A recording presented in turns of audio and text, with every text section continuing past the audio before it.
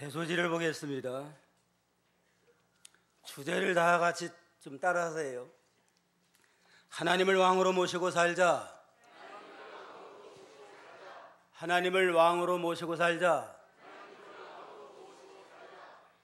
이번 한 주간 동안 배웠으니까 일생토록 이제는 하나님만 왕으로 삼아야 됩니다. 하나님을 모시는 게 아니라 하나님만 왕으로 모시고 다른 거 의지하지 말고 다른 거 지배만 말고 오로지 하나님의 인도와 주장을 따라 통치받고 나가면, 마음이 하나님을 의지하고 하나님의 왕 삼고 나가면 마음이 뭐가 돼요?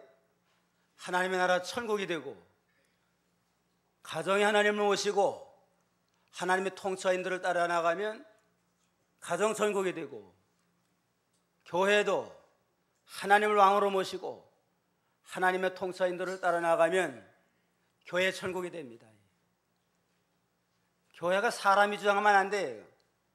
목사가 주장한다든가 장로가 주장한다든가 다른 집사들이 주장한다든가 하면 그건 하나님의 나라가 못 됩니다. 오로지 하나님이 왕이 돼가지고 말씀의 진리만 세워나가는 그러한 교회 천국 근본 있게 이루어나가도록 해야 되겠습니다. 사무엘상 16장 대지를 보겠습니다. 장명 따라 읽으세요. 다윗에게 기름을 부음. 다윗에게 기름을 부음. 왜 다윗에게 기름을 부었나? 첫째는 하나님 보시기에 중심이 바로 됨. 둘째는 하나님의 마음에 합한 자임. 셋째는 하나님의 명령을 잘 지킴. 넷째는 자기 직분에 충실함. 하나님의 인도를 따라 살지 않고 교만 불순종했던 사울은 악한 영이 사울을 괴롭게 함으로 심히도 번민함의 고통을 당하는 그러한 상태에 빠지게 됐습니다. 다윗처럼 하나님의 마음에 아픈 자가 되어서 늘 하나님의 기름 부음을 힘입어서 하나님의 사명을 감당함으로 하나님 앞에 영광을 돌리고 구원 역사에 좀 더 귀하게 쓰임받는 믿음의 그릇들이 다 되어야 되겠습니다. 하나님이 이스라엘 백성이 왕을 요구함으로 하나님이 제일 원하는 바는 인간 왕이 다스리지 아니하고 하나님의 왕이 돼가지고 이스라엘을 다스리고 통치하는 신정국가로서의 그 인도를 잘 받기를 원했지만, 사무엘의 아들들이 그 바로 하지 못한 까닭에 이걸 핑계 삼아가지고 우리도 이방 나라처럼 왕을 세우게 해달라 해서 하나님 원하는 바는 아니지만 차선책으로 왕을 허락을 했다고 그랬습니다. 그래서 하나님이 예비한 자가 누구예요? 초대 왕으로 사울왕. 사울이 참 타락하기 전에는 훌륭한 사람이라고 그랬습니다. 왕이 될 만한 그릇에 이 구장 대지를 사울의 인품, 외모로 봐도 제일 멋있는 사람이에요. 그냥 가장 잘생겼다. 성경이 그랬어요. 그냥 9장 몇 절이에요?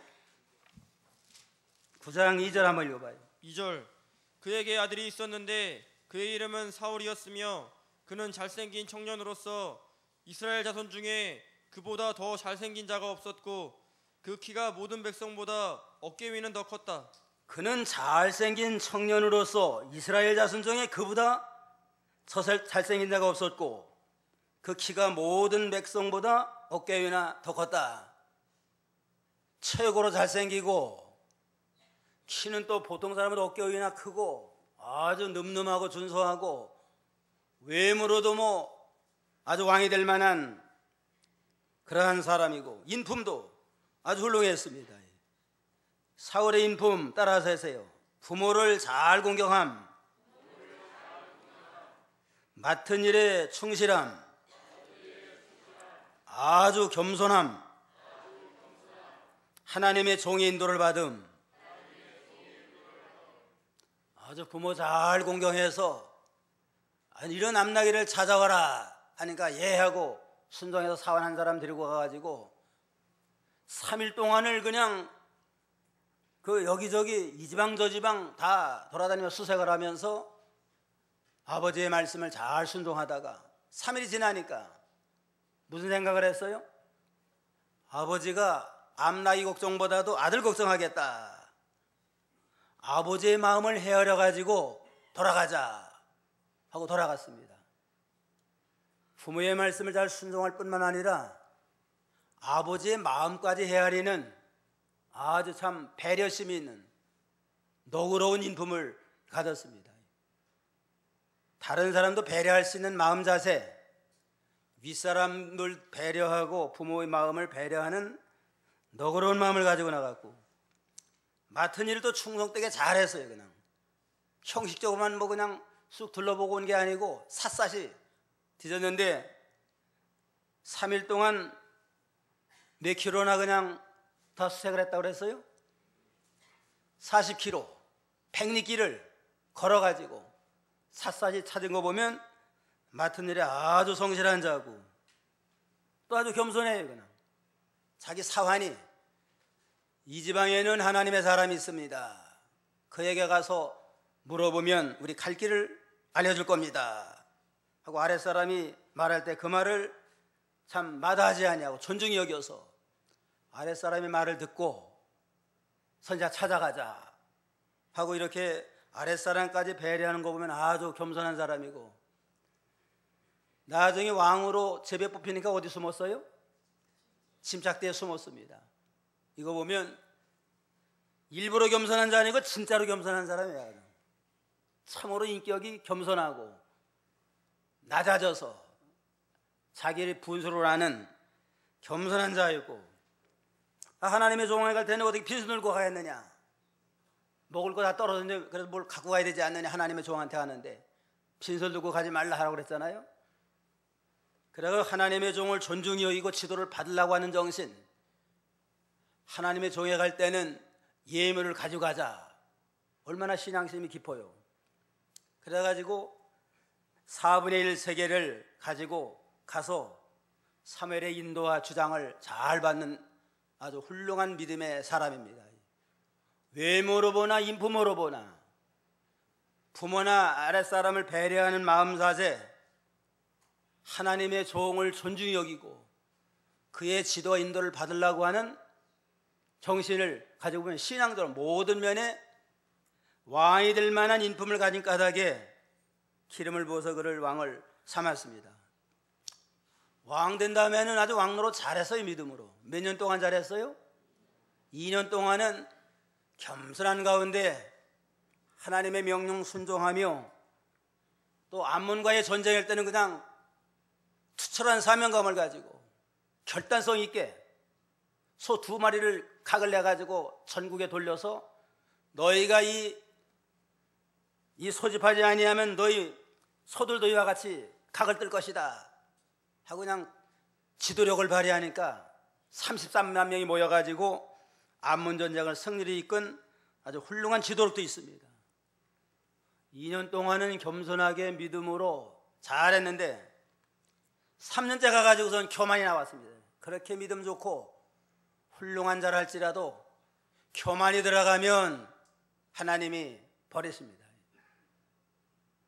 블레셋과 전면전쟁을 일어나게 됐는데 블레셋이 막강한 건데 그냥 병거는 3만, 탱크가 한 3만 대 되고 기병, 날쌘 기병은 6천, 군대는 얼마나 돼요? 해변이 모래처럼 많아요. 그냥. 이스라엘 군대는 몇 명이나 돼요? 600명 남았어요. 600명.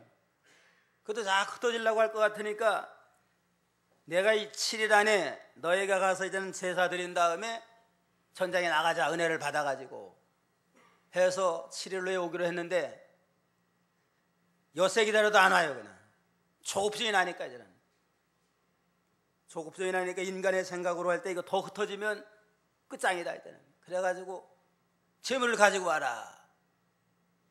왕이 자기가 제사를 드렸습니다. 여기서 큰 실수를 하고 큰 죄를 지게 됐습니다. 그만큼 하나님의 종을 존중히 여기고 겸손했던 자였지만은 왕으로서 나라를 지킬 사명감을 가지고 있을 때 상대방은 막강하고 남은 군대는 600인데 그것도 자꾸 흩어질 것 같으니까 좀 더 참지 못하고 인본주의를 써가지고 감히 어떻게 제사장이 드리는 제사를 자기가 하겠어요. 월권하는 죄를 범함으로 하나님이 너는 왕이 되지 못하리라 하고 하나님이 심판하셨습니다. 그렇게 믿음 좋고 겸손하고 그렇게 훌륭한 자를 할지라도 교만해가지고 인본주의 있으면 하나님 앞에 버림바 될 수밖에 없습니다. 그러니까 늘 겸손하고 항상 자기를 쳐서 복종시켜서 교만이 나를 주장하지 아니하도록 잘 될 때 높여줄 때에 교만하지 아니하도록 모든 일에 삼가 조심하는 게 필요합니다. 사울의 이 사무엘상을 통해서 사울이 그렇게 훌륭해가지고 쓸만한 자이기 때문에 하나님 왕을 세워서 높여줬는데 높여줄 때 잘해야 돼요. 그냥.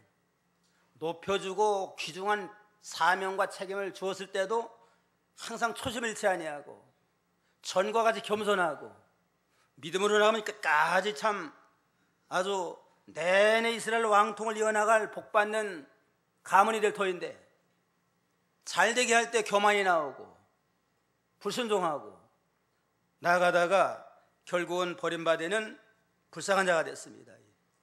사울왕이 버린 건 교만함으로 불순종하고 또 한 가지 사울의 역사는 회개가 없어요. 사실 실수할 수 있잖아요. 실수했을지라도 회개하면 뜻을 돌이키사 용서해 주는 사랑의 하나님입니다. 니네 백성이 죄가 가냐니까 다 심판한다고 그랬습니다. 40일 후에 다 심판하리라. 근데 그 소식을 들은 왕으로부터 모든 백성 짐승에까지 금식하면서 매달리니까 하나님이 뜻을 돌이키사 심판을 면해 줬다고 그랬습니다. 그런데 사울의 역사는 회개가 없어요. 교만하고 불순종하고 그 다음에 회개하지 않으니까 결국은 망할 수밖에 없잖아요. 그래서 하나님이 이제는 사울을 버리시고 새 사람을 왕을 삼아야 될 그러한 때가 이제는 왔습니다. 1절로 3절 1절 여호와께서 사무엘에게 말씀하시기를 내가 사울을 버려 이스라엘의 왕이 되지 못하게 하였는데 내가 언제까지 사울을 위하여 슬퍼하고 있겠느냐. 너는 너의 뿔에 기름을 채워가지고 가거라. 내가 너를 베들레헴의 이새에게 보낼 것이니 이는 내가 그의 아들 중에서 한 왕을 예비해 두었기 때문이다 하시므로 사무엘이 말하기를 어떻게 제가 갈 수 있겠습니까? 사울이 들으면 저를 죽일 것입니다 라고 하니 여호와께서 말씀하시기를 너는 암송아지를 끌고 가서 내가 여호와께 제사 드리러 왔다 하고. 하나님이 슬퍼하는 사울에게 사무엘은 하나님이 허락한 그 사울이 교만 불순종을 회개하지 아니함으로 하나님 앞에 버림받은 게 너무너무 안타까워가지고 아주 참 심히 슬퍼하며 기도하는 가운데 있을 때 하나님이 말씀하셨습니다. 내가 사울을 버려 이스라엘 왕이 되지 못하게 하였는데 내가 언제까지 사울을 위해서 슬퍼하고 있겠느냐. 너는 너의 뿔에 기름을 채워가지고 가거라. 내가 베들레헴 이새에게 보낼 것이다. 이는 내가 그의 아들 중에 한 왕을 예비해 두었기 때문이다. 사울은 교만 불순종함으로 이제는 더 이상 왕으로 살 수 없다. 슬퍼만 하지 말고 이새의 아들 가운데 내가 이제 새로운 왕을 하나 예비해 놨다. 그에게 가서 기름을 부으라고 그랬습니다. 그러니까 사무엘이 대답하기를 어떻게 저게 갈 수 있겠습니까? 사울왕이 보듯이 살아있는데 베들레헴에 가서 기름 부으러 간다고 그러면 사울이 나를 가만두겠습니까? 죽이려고 하지 않겠습니까? 이렇게 얘기를 하니까 하나님의 음성이 뭐라고 그랬어요? 제사 드리러 왔다고 하라. 너는 암송아지를 끌고 가서 내가 여호와께 제사 드리러 왔다고만 하라. 기름 부으러 온 게 아니고 제사를 왔다라. 그렇게 하고 와서 제사를 드리라고 그랬습니다. 3절 읽으세요.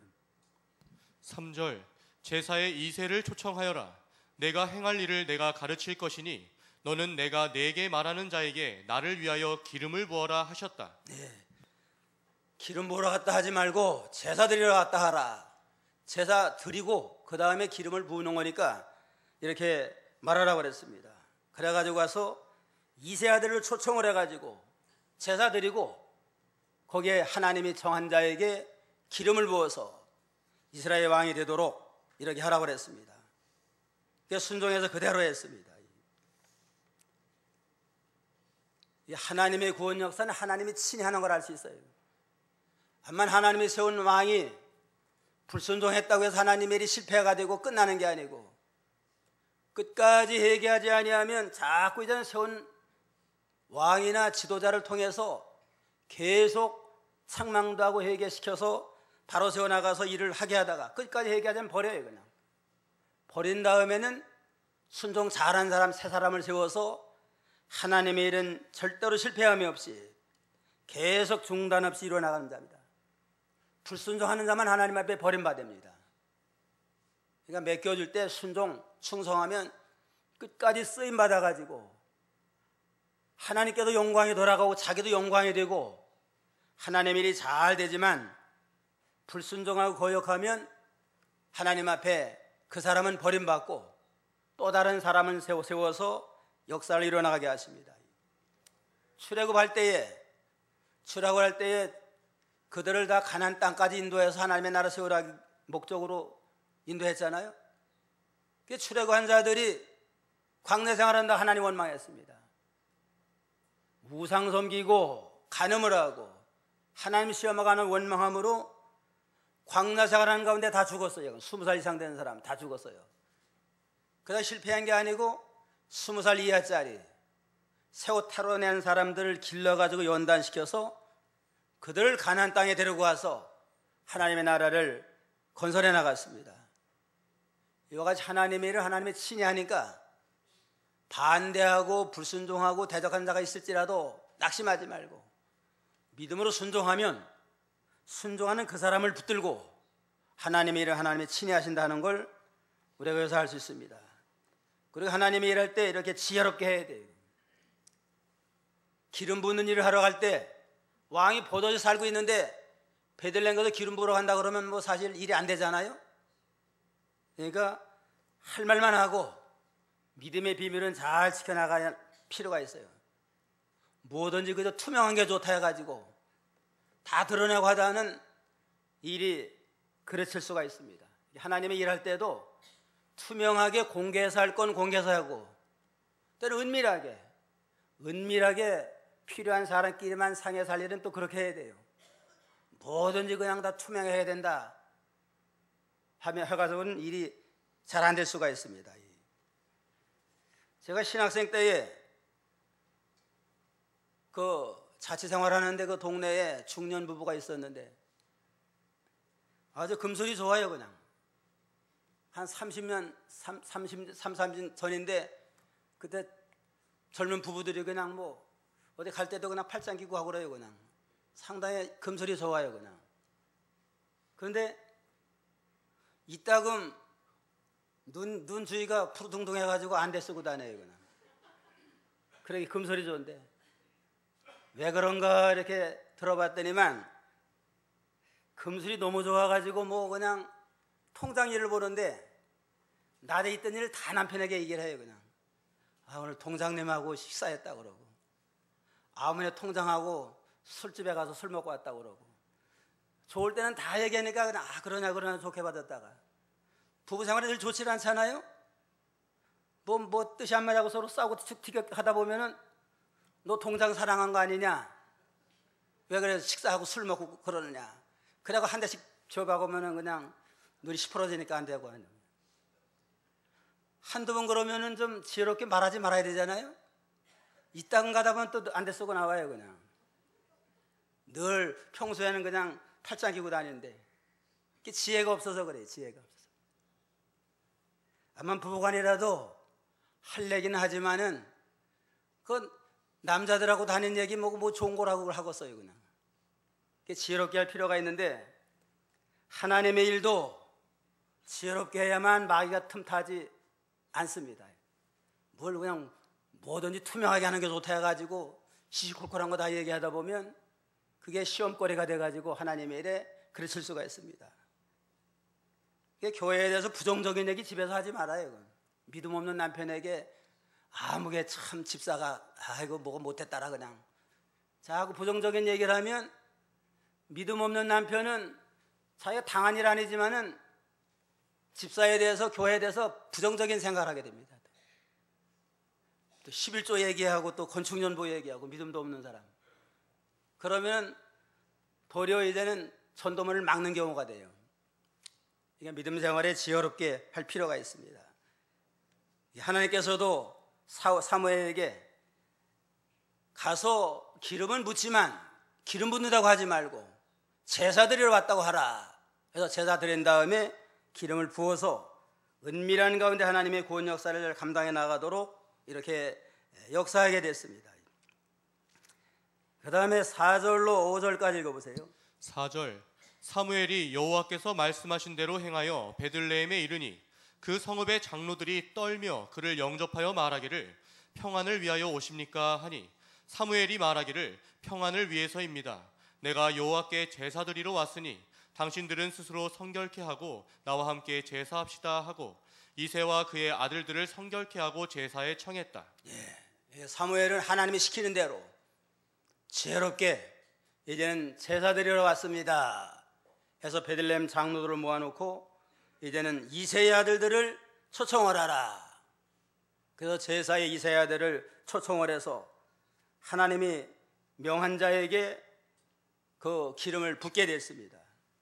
6절로 7절 6절 그들이 왔을 때 사무엘이 엘리압을 보고 생각하기를 과연 여호와의 기름 부음을 받을 자가 그분 앞에 있구나 하였으나 여호와께서 사무엘에게 말씀하시기를 그의 용모나 그의 큰 키를 보지 마라. 내가 그를 버렸기 때문이다. 내가 보는 것은 사람들과 같지 않으니 사람들은 외모를 보지만 여호와는 중심을 보기 때문이다 라고 하셨다. 그래가지고 이제는 이새의 아들들이 8인데 7명 막내는 다윗은 너는 양이나 치고 있거라 하고 형들 다 데리고 이제는 그 제사에 갔습니다. 제사 드리고 이제는 한 사람 한 사람 그 사무엘이 면접을 하는데 제일 먼저 맏아들 엘리압이 탁 나타나는데 보니까 참 아주 준수하고 잘생겼어요. 그냥. 사무엘이 볼 때 하나님이 정한 사람이 살인가 보다 했는데 하나님의 음성은 7절 다 같이요. 여호와께서 사무엘에게 말씀하시기를 그의 용모나 그의 큰 키를 보지 마라. 내가 그를 버렸기 때문이다. 내가 보는 것은 사람들과 같지 않으니 사람들은 외모를 보지만 여호와는 중심을 보기 때문이라고 하셨다. 사무엘 외모를 볼 때에 참 아주 준수하고 잘생겼으니까 왕이 될 만하다 해서 기름 부으려고 하니까 외모를 보지 말아라. 그 사람의 키나 용모 보지 말고 중심을 봐야 된다. 하나님은 외모 보지 않고 중심을 보신다 하시면서 첫째가 아니다. 둘째, 셋째 다 지나갔습니다. 8절로 9절 8절 이새가 아비나답을 불러 사무엘 앞으로 지나가게 하니 사무엘이 말하기를 이 사람도 역시 여호와께서 택하지 않으셨습니다 하였고 이새가 또 산마를 지나가게 하니 사무엘이 말하기를 이 사람 역시 여호와께서 택하지 않으셨습니다 하였으며 이새가 그의 7 아들들을 사무엘 앞으로 지나가게 했으나 사무엘이 이새에게 말하기를 여호와께서 이들을 택하지 않으셨습니다 하였다. 다 7 아들 다 지나갔는데 외모는 다 훌륭하고 준수한데 아니래요. 그냥 또 아들이 없느냐 하니까 막내가 있긴 있지만은 아버지 생각에 변변치 못합니다. 그래서 막내고 어리고 양이나 치라고 했습니다. 그러니까 그를 데리고 와라. 11절이에요 11절 사무엘이 이새에게 말하기를 이 아들들이 전부입니까 하니 이새가 말하기를 아직 막내가 남았는데 보십시오 그는 양을 치고 있습니다 하므로 사무엘이 이새에게 말하기를 사람을 보내어 그를 데려오시오 그가 여기 올 때까지는 우리가 식탁에 앉지 않을 것입니다 하였다. 이새가 사람을 보내어 그를 데려왔는데 그는 혈색이 좋고 눈이 아름다우며 외모가 잘생겼었다. 여호와께서 말씀하시기를 바로 이 사람이니 일어나 그에게 기름을 부어라 하심으로. 막내가 하나 있긴 있는데 양치고 있습니다. 아버지 생각에는 외모로 보나 모든 나이로 보나 제일 어리니까 그저 변변치 않으니까 너는 양이나 치라고 그랬습니다. 근데 하나님은 그의 외모를 보지 아니하고 중심을 보고 벌써 다윗을 왕으로 생각을 하고 그를 데려와라. 그를 데려와 가지고 믿음의 눈으로 바라보니까 혈색도 좋고 눈이 아름답고 외모도 잘생겼다. 여호와께서 말씀하시기를 바로 이 사람이니 일어나 그의 기름을 부어라 하고 사무엘에게 깨닫게 함으로 사무엘이 순종해서 그에게 기름을 부었다고 그랬습니다. 사울이 왜 기름 부음을 받게 됐나? 첫째는 뭐예요? 다윗이 왜 기름 부게 됐나? 첫째는 하나님 보시기에 중심이 바로 됐습니다. 외모로 볼 때는 다른 아들만 못해요. 그냥 아마 키도 큰 것 같지 아니하고 모든 외모로 볼 때는 다른 아들 못지 못하지만 중심이 아주 하나님을 향해서 바로 된 까닭에 그에게 기름을 부었습니다. 이와 같이 하나님 앞에 쓰임받는 자, 쓰임받는 자는 중심이 바로 돼야 돼요. 근데 사람은 보통 외모를 봐요. 사무엘 선지자도 외모를 보고 기름 부으려고 그랬잖아요. 보통 외모를 보지만 하나님은 중심을 봅니다. 하버드 대학에 노부부가 방문했어요. 외모를 보니까 호rom하고 그냥 노부부가 이 하버드 대학을 방문해가지고 수희에게 총장님을 좀 만나게 해달라 그랬어요. 이게 수희가 가만히 보니까 이거 호rom한 노부부니까 총장 만나고 도움 구하러 온 줄 알고서는 그냥 이 핑계 저 핑계 가지고 돌려보냈어요. 나중에 알고 봤더니만 이 사람이 재벌인데 이 하버드 대학에 그냥 자기 재산 전부를 다 바치려고 헌납하려고 총장을 면담하러 왔는데 그 수희한테 거기서 그냥 면박을 당하고 돌아가게 됐습니다. 그래가지고 실망을 해가지고 어떡할까 해가지고 여러 사람 의견 들어가지고 이 돈이면 대학을 하나 세울 수 있습니다. 그래서 스폰트 대학을 세웠습니다. 아주 유명한 대학 있잖아요. 그래가지고 나중에 하버드 대학에서 그걸 알게 돼가지고 얼마나 아쉬워요. 그냥 그 돈이면 하버드 대학을 더욱더 세계적인 대학으로 키울 수 있는데 스탠포드 대학을 세우는 길로 결국은 후원자를 잃어버렸습니다. 그때부터 하버드 대학 수의실에는 사람을 외모로 보지 말라 하는 걸 문구를 써놨대요. 그냥. 외모로 판단했다가 큰 아주 재벌이 후원자가 왔는데 외모 보고 돌려보낼 까닭에 학교가 더욱더 발전할 수 있는 계기가 됐는데 그러게 됐습니다. 이와 같이 세상은 보통 외모를 보게 됩니다. 그러나 하나님은 중심을 보세요. 그런 걸 우리들도 외모로 판단하지 말고 중심을 보고 사랑하고 귀히 여기고 존중히 여는 그러한 믿음이 필요합니다. 고린도서 5장 17절 5장 17절 그런즉 누구든지 그리스도 안에 있으면 새로운 피조물이다. 이전 것은 지나갔으니 보아라 새 것이 되었다. 그런즉 그리스도 안에 있으면 새로운 피조물이라. 이전 것은 지나갔으니 새 것이 되었도다. 우리가 예수 믿고 거듭난 사람은 새로운 피조물이에요. 세상 사람들처럼 외모만 보고 판단하고 멸시하고 차별하지 말고 예수 안에 새로워졌다. 한 생명이 천하보다 귀하다. 그러한 믿음을 가지고 모든 성도를 귀중히 여기고 모든 성도를 대하시면 누구도 대하라고 그랬어요? 예수님 대하셔야 돼요. 암만 가난한 사람, 어린 소자나 할지라도 외모 보고 무시하지 말고 그 생명도 예수의 피로 거듭난 하나님의 생명이다. 하나님의 자녀들이다. 한 사람 한 사람 귀히 여겨가지고 존중히 여겨서 더불어 협력해서 하나님의 구원 역사를 잘 받들어 나가는 교회가 되고 그런 성도가 되어야 되겠습니다. 우리 모든 성도 하나하나를 대할 때 그에게도 예수님의 생명이 있고 영권 하나님의 후사들이다, 그러한 믿음을 가지고 모든 성도를 귀히 여기고 사랑하고 존중히 여기는 그러한 믿음의 사람이 되어야 되겠습니다. 다윗은 중심이 하나님을 향해서 아주 바로 됐어요. 역대상 28장 9절 10절. 28장 9절. 내 아들 솔로몬아, 너는 내 아버지의 하나님을 알고 온전한 마음과 기쁜 뜻으로 그분을 섬겨라.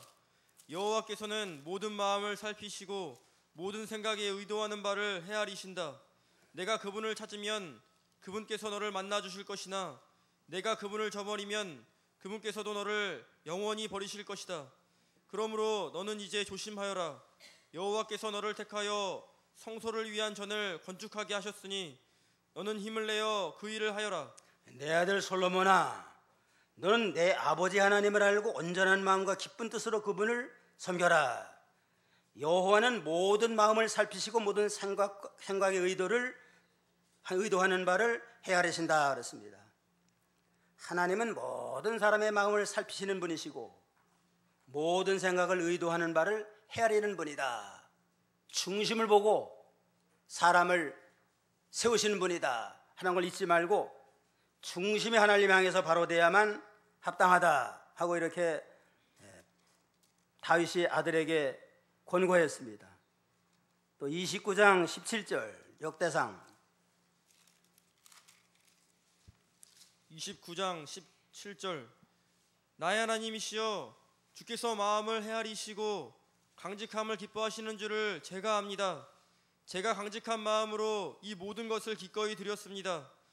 이제 또 여기에 참석한 주님의 백성이 주께 기꺼이 드리는 것을 보니 제가 기쁩니다. 나의 하나님이시여, 주께서는 마음을 헤아리시고 강직한 마음을 기뻐하시나이다. 마음을 헤아리시는 하나님을 늘 믿고 그 하나님 앞에 합당한 자가 되기를 힘썼습니다. 이거 보면 다윗은 어려서 하나님은 마음을 헤아리는 분이다.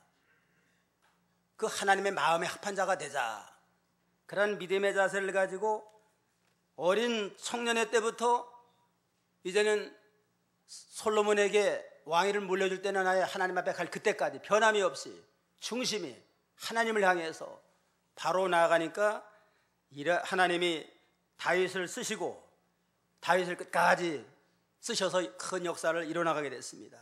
그러니까 시종일관 그 마음에 하나님을 향해서 바른 믿음으로 나아가니까 끝까지 다윗을 하나님이 쓰셨습니다. 우리도 다윗과 같이 중심으로부터 하나님을 찾고 사모하고 하나님 앞에 바로 하는 그러한 믿음을 가지고 나가야 되겠습니다. 둘째로 이 다윗을 하나님이 또 기름 부어 쓰신 건 하나님 앞에 마음이 합한 자예요. 사도행전 13장 21절 22절 13장 21절. 그 뒤에 그들이 왕을 요구하자 하나님께서 그들에게 베냐민 지파 사람 기스의 아들 사울을 40년 동안 주셨다가 그를 패하시고 그들을 위하여 다윗을 왕으로 세우시면서 그에 대하여 증언하여 말씀하시기를 이새의 아들 다윗을 만나니 내 마음에 맞는 사람이다. 그가 내 모든 뜻을 행할 것이다 라고 하셨다. 40년 동안 사울에게 이스라엘을 다스리도록 왕권을 주었으면 그를 패하시고 교만 불순종하고 회개하지 아니하므로 사울은 왕에서 패하고 그를 위해서 다윗을 왕으로 세우시면서 그에 대하여 증언하시어 말씀하시기를 이새의 아들 다윗을 만나니 내 마음에 맞는 자이다. 내가 내 모든 뜻을 행할 것이다. 사울은 교만하고 불순종함으로 합당치 않으니까 패하고 다윗을 만나니까 하나님의 마음에 딱 맞아떨어져요. 내가 그를 통해서 내 뜻을 이루어야 되겠다 해서 다윗에게 왕권을 주시고 이스라엘을 번성케 하고 내내 이제는 다윗의 왕통을 이어나갈 뿐만 아니라 그의 후손 가운데 그리스도가 탄생하는 큰 축복을 하나님이 허락을 했습니다. 이와 같이 마음이 하나님과 딱 맞아떨어져요. 하나님께 마음이 합한 자가 돼가지고 자기 위하는 길로 나가지 아니하고 하나님 위하는 길로 나아가니까 하나님이 그에게 기름을 부어서 영광을 얻게 했습니다. 중심이 하나님을 향해서 바른 길 걸어가고 또 마음이 하나님을 위하는 정신, 하나님께서 이루어나가는 정신을 가지고 마음에 주님 하나님 앞에 딱 맞는 그러한 마음을 가지고 나가면 하나님의 사랑하고 귀하게 쓰임받는 그릇이 될 수 있습니다. 사울왕은 겸손했지만 왕이 된 다음에는 하나님을 위하는 게 아니고 자기 위하는 길로 나갔어요. 그는. 아말렉과 싸워가지고 이긴 다음에는 하나님께 영광 돌리지 아니하고 자기가 영광을 얻었습니다. 그 증거가 뭐예요? 기념비 만들었어요. 기념비 만들어가지고서 자기 영광을 나타내는 거 보면 왕이 된 후에 마음이 달라졌어요. 교만하고 하나님 위하는 것보다도 자기 위하는 정신이 있어가지고 자기를 위한 기념비를 세우고 또 하나님의 명령의 말씀 온전히 순종 못했으면서도 아각과 살찐 건 살려놨으니까 순종 온전히 못했잖아요. 그러면서도 다 순종했나이다 하고 사무엘에게 자랑을 했습니다. 이거 보면 중심이 바로 되지 못하고 마음이 하나님의 마음에 맞질 않아요. 자기 위하는 길로 나가니까 하나님 마음이 안 맞잖아요. 그러니까 다윗처럼 하나님을 위하고 하나님의 마음에 딱 합한 그러한 믿음으로 나갈 때 하나님이 귀하게 쓰셨습니다. 셋째는 하나님의 명령을 절대 순종했습니다. 하나님의 명령의 말씀을 잘 순종해 나가니까 그에게 기름을 부었다고 그랬습니다. 열왕기상 14장 8절 14장 8절 왕국을 다윗의 집에서 찢어 내게 주었으나 너는 내 종 다윗이 내 명령을 지키고 온 마음으로 나를 좇아 오직 내가 보기에 올바른 것만 행하였던 것처럼 하지 않았다. 예, 왕국을 다윗의 집에서 찢어 내게 주었으나 여로보암에 대한 책망이에요. 솔로몬이 우상 섬긴 죗값으로 아들 때 나라가 갈라졌잖아요. 여로보암에게 10지파를 찢어 너에게 주었더니만 내 종 다윗이 내 명령을 지키고 온 마음으로 나를 쫓고 오직 내가 보기에 올바른 것만 행하는 것처럼 너는 왜 하지 않았느냐. 다윗은 항상 종의 위치에서 하나님의 명령을 잘 지키고 온 마음으로 하나님을 쫓아가고 하나님 보시기에 올바른 것, 정직한 일만 행함으로 하나님의 마음에 딱 맞아가지고 그를 왕 삼고 그를 통해서 큰 역사를 이뤄나갔습니다. 이와 같이 다윗은 하나님의 말씀을 잘 지키는 하나님의 명령 절대 순종하는 그러한 믿음의 사람입니다. 말씀 순종하는 자를 붙들고 하나님의 역사를 써요. 바울도 부름받은 다음엔 어디 가나 말씀에 붙잡혀 되어서 하나님의 뜻대로 복음 증거하고 증인의 사명을 감당했습니다. 사도행전 18장 5절에 보면 마게도냐에서 실라와 디모데가 내려올 때에 바울이 말씀에 붙잡혀 예수께서 그리스도이심을 유대인들에게 증언하니라. 말씀에 붙들마 되어서 예수가 그리스도입니다 담대하게 전할 때 많은 성도들이 구원받는 놀라운 구원의 역사가 일어나게 됐습니다.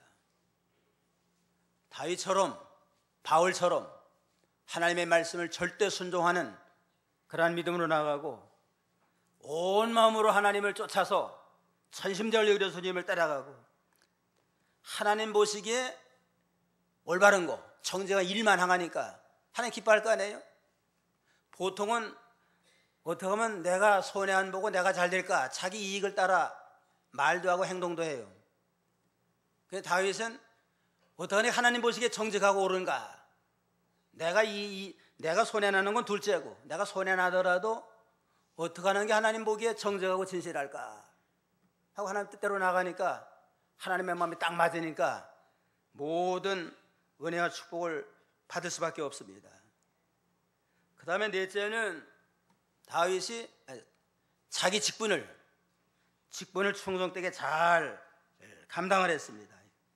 11절 한번 읽어요. 11절 본문에 11절 사무엘이 이새에게 말하기를 이 아들들이 전부입니까 하니 이새가 말하기를 아직 막내가 남았는데 보십시오 그는 양을 치고 있습니다 하므로 사무엘이 이새에게 말하기를 사람을 보내어 그를 데려오시오 그가 여기 올 때까지는 우리가 식탁에 앉지 않을 것입니다 하였다. 예. 형님이 7인데 형님 7하고 아버지가 다 지금 그 제사에 참여해 가지고 음식 먹으러 가는데 막내는 너 양이나 치고 왔다 있으라고 그랬어요. 보통은 막내들이 아니 형들도 있는데 왜 나더러 하라고 반항할 수 있잖아요. 그래도 이 다윗은 예하고 순종하면서 양을 잘 쳤고 또 17장에 가서 보면은 양 한 마리 한 마리를 아주 소중히 여겼어요. 그냥 한 마리 잃어버리지 않냐. 그냥 하나님이 맡긴 양이다. 이거 잃어버리면 안 된다 해가지고 사자 와서 체감하나 끝까지 따라가서 사자 입을 찢어서라도 양을 한 마리도 손해보지 아니하고 다 건져낸 아주 책임감 있게 맡겨진 일을 성실하게 잘 감당한 까닭에 하나님 앞에 이렇게 부름을 받았습니다. 시편 78편 70절로 72절 보세요. 78편 71절. 전양을 따라다니던 그를 이끌어내어 그분의 백성 야곱과 그분의 유업 이스라엘을 기르게 하셨다. 그는 온전한 마음으로 그들을 기르고 슬기로운 손으로 그들을 이끌었다. 네. 다윗이 왕으로 기름 부음 받은 게 무슨 큰 공로 세워서 골리앗 이긴 다음에 한 거 아니에요. 목동으로 있을 때 양우리에서 뽑으셨으니 전양을 따라 다니던 그를 이끌어내요. 그분의 백성 야곱과 그분의 유업을 이을 이스라엘을 기르게 하셨다. 그는 온전한 마음으로 그를 기르고 슬기로운 손으로 그들을 이끌었다 그랬습니다. 양을 칠 때 그냥 적당히 한 거 아니에요. 그냥 온전한 마음으로 성실하게 양을 치고 슬기로운 손으로 그들을 이끌었다는 건 슬기로운 손은 아주 익숙한 걸 가르쳐. 익숙한 거. 털 깎는 데는 1인자예요. 그냥 어떻게 하면 털을 잘 깎을까 연구를 해가지고 털 깎는 데 익숙하고, 또 양을 보호하려면 물배들 잘 던져야 될 거 아니에요. 물배들 던지는데 1인자입니다. 그냥 시간 있는 대로 물배들 던지는 거 연습해가지고 2일이나 사자가 와서 양을 못 채가도록 해서 아주 그 부지런한 노력과 훈련을 통해서 한 마리도 시장하지 아니하고